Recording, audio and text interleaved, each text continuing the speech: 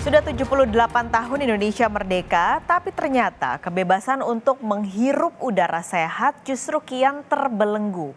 Pemerintah pun didesak untuk tegas menangani buruknya kualitas udara, terutama di Jabodetabek, karena dampak kesehatan yang dirasakan begitu nyata.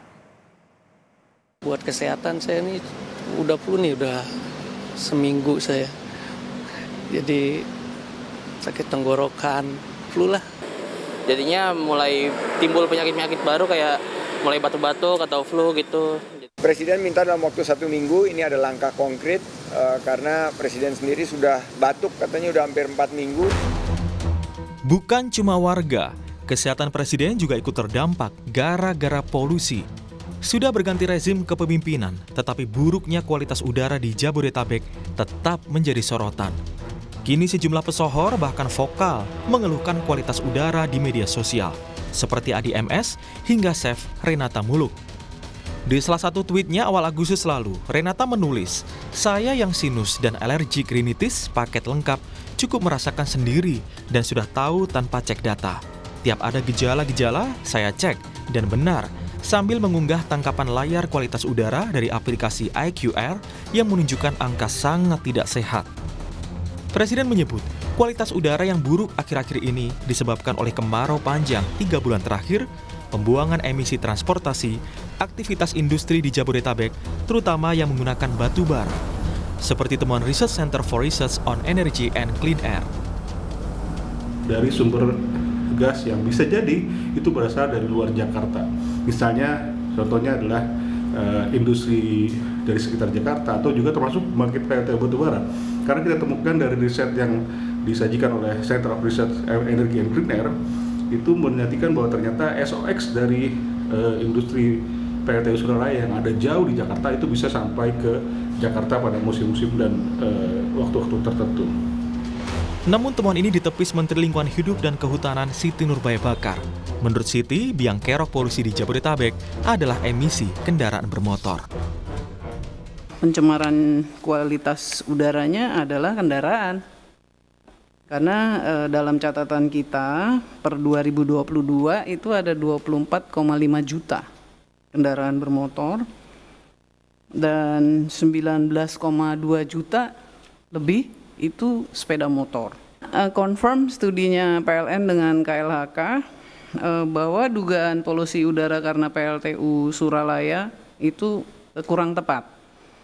Sebab hasil analisis uapnya itu pencemarannya dia bergeraknya tidak ke arah Jakarta, tetapi bergerak ke arah selat. Bisa dikatakan bahwa bukan karena PLTU begitu ya, apalagi dari hasil studi ya penggunaan batu bara yang berpengaruh ke Jakarta sih cuman nggak nyampe 1% gitu.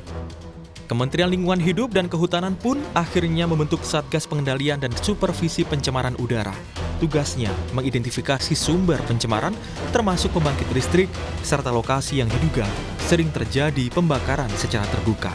Dan identifikasi di mana sumber-sumber ya pencemar atau dari baik itu pembangkit maupun lokasi-lokasi yang diduga sering terjadinya pembakaran secara terbuka sudah kami identifikasi. Dan kami akan siapkan langkah-langkahnya, ya, termasuk di dalamnya kami akan lakukan pengawasan, ya. Kemudian kami akan melihat bagaimana tingkat pelanggaran yang terjadi, kami akan ambil langkah-langkah hukum. Kementerian Perhubungan pun akan memperketat uji emisi kendaraan bermotor dan kini tengah menggodok kebijakan sistem 4-in-1 atau 4 penumpang dalam satu mobil pribadi. Jadi nanti apabila kendaraan yang tidak lolos uji emisi mereka tidak memiliki hak untuk melakukan perjalanan di Jabodetabek. Yang kedua berkaitan dengan utilisasi daripada kendaraan. Utilisasi kendaraan ini banyak yang menggunakan 1 orang atau maksimal 2 orang.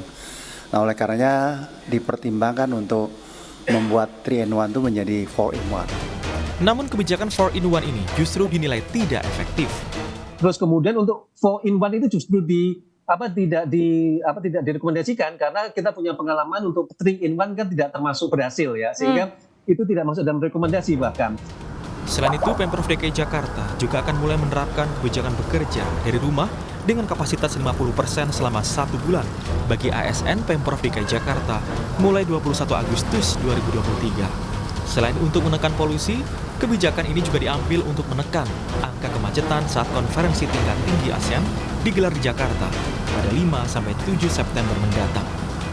Kemarin saya minta Pak Sekda mungkin tanggal 21 khusus pegawai yang tidak bersentuhan langsung kita coba pertama untuk bisa memberikan kenyamanan ke TT ASEAN, intinya itu.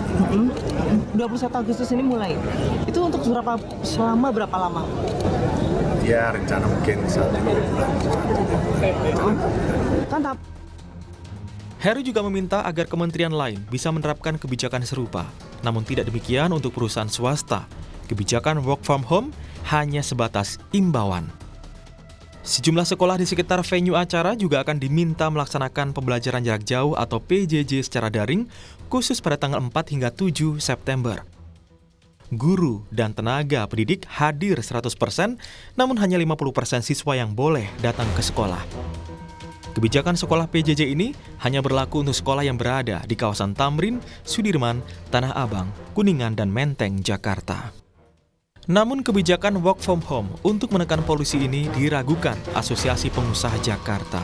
Kita baru saja berupaya bangkit dari pandemi COVID-19 dan apakah hal ini bisa tepat benar-benar akan mengurangi polusi udara karena diterapkannya WFH tentu akan berpengaruh kepada produktivitas khususnya teman-teman pelaku usaha yang sedang dalam memulai usaha berjuang untuk membenahi lini bisnis masing-masing.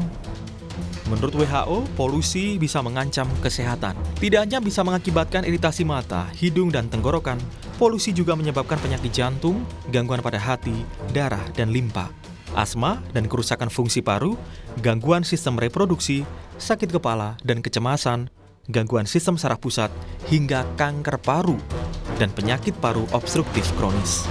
Tim Liputan Kompas TV, Jakarta.